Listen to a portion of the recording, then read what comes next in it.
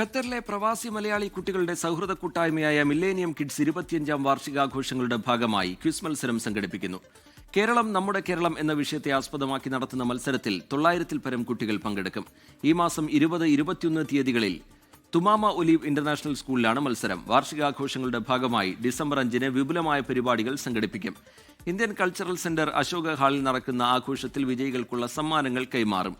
Millennium kids treasurer Rinoy Bhuvanaraj, event head Harish Santhosh, secretary Pallavi Sudhakaran, coordinator Ratheesh Parappurath, sessions coordinator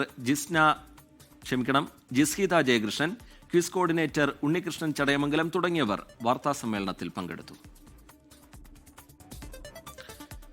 കേരളപ്പിറവി ദിനാഘോഷങ്ങളോടനുബന്ധിച്ച് Qatar Thrissur ജില്ലാ സൗഹൃദവേദി മാനവ സൗഹൃദ സംഗമം സംഘടിപ്പിക്കുന്നു.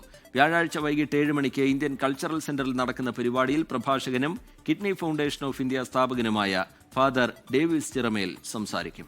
ലോകത്തെവിടെയായാലും ഏത് സമയത്തും 24 വാർത്തകളും ഓഗ്മെന്റഡ് റിയാലിറ്റി പാക്കേജുകളും എക്സ്പ്ലെയിനറുകളും വിശദമായി കാണാൻ ഞങ്ങളുടെ യൂട്യൂബ് ചാനൽ നിങ്ങൾക്ക് സബ്സ്ക്രൈബ് ചെയ്യാം.